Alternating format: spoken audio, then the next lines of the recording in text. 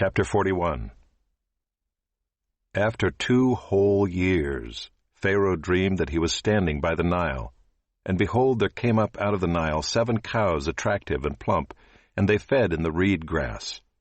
And behold, 7 other cows, ugly and thin, came up out of the Nile after them, and stood by the other cows on the bank of the Nile.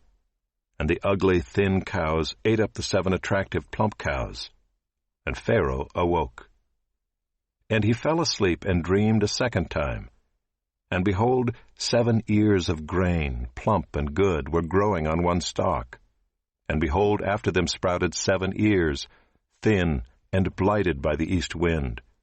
And the thin ears swallowed up the 7 plump, full ears. And Pharaoh awoke, and behold, it was a dream. So in the morning his spirit was troubled, and he sent and called for all the magicians of Egypt and all its wise men. Pharaoh told them his dreams, but there was none who could interpret them to Pharaoh.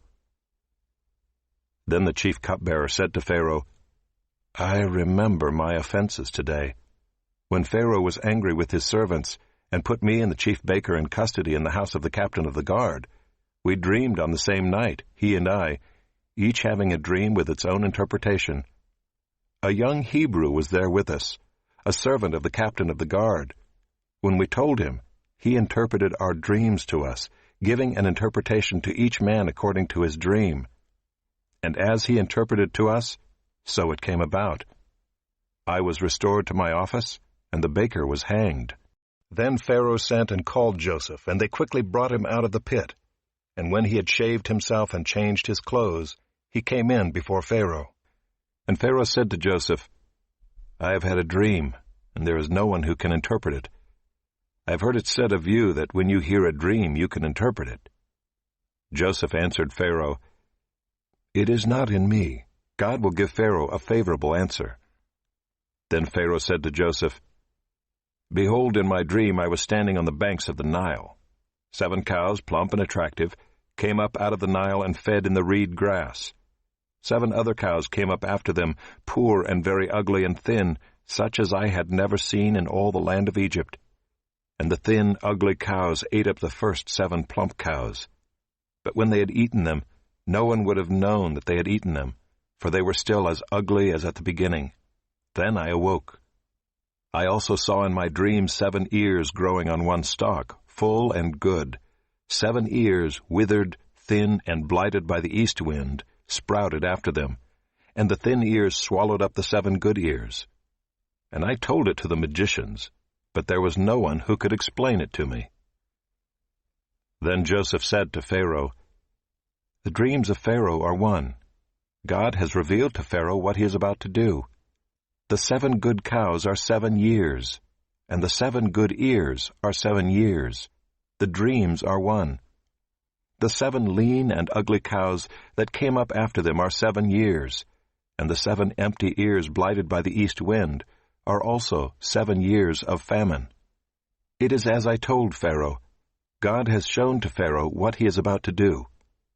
There will come 7 years of great plenty throughout all the land of Egypt, but after them there will arise 7 years of famine, and all the plenty will be forgotten in the land of Egypt. The famine will consume the land, and the plenty will be unknown in the land by reason of the famine that will follow, for it will be very severe. And the doubling of Pharaoh's dream means that the thing is fixed by God, and God will shortly bring it about. Now therefore let Pharaoh select a discerning and wise man, and set him over the land of Egypt. Let Pharaoh proceed to appoint overseers over the land, and take 1/5 of the produce of the land of Egypt during the 7 plentiful years. And let them gather all the food of these good years that are coming, and store up grain under the authority of Pharaoh for food in the cities, and let them keep it.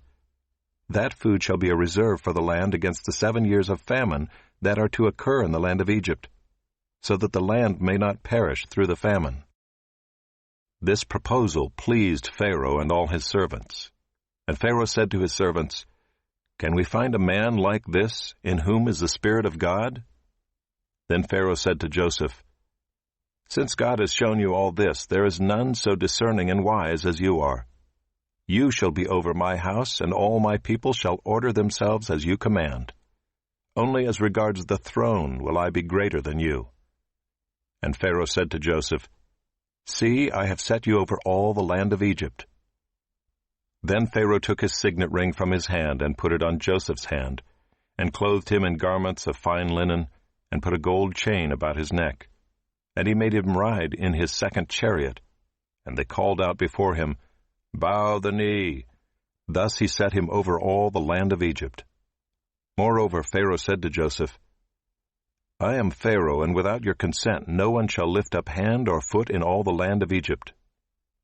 And Pharaoh called Joseph's name Zaphanath-Paneah, and he gave him in marriage Asenath, the daughter of Potiphera, priest of On. So Joseph went out over the land of Egypt. Joseph was 30 years old when he entered the service of Pharaoh, king of Egypt. And Joseph went out from the presence of Pharaoh, and went through all the land of Egypt. During the 7 plentiful years the earth produced abundantly, and he gathered up all the food of these 7 years which occurred in the land of Egypt, and put the food in the cities. He put in every city the food from the fields around it. And Joseph stored up grain in great abundance, like the sand of the sea, until he ceased to measure it, for it could not be measured. Before the year of famine came, 2 sons were born to Joseph. Asenath, the daughter of Potiphera, priest of On, bore them to him. Joseph called the name of the firstborn Manasseh, for, he said, "God has made me forget all my hardship and all my father's house." The name of the second he called Ephraim, for God has made me fruitful in the land of my affliction. The 7 years of plenty that occurred in the land of Egypt came to an end, and the 7 years of famine began to come, as Joseph had said.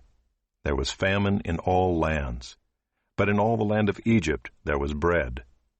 When all the land of Egypt was famished, the people cried to Pharaoh for bread. Pharaoh said to all the Egyptians, "Go to Joseph. What he says to you, do."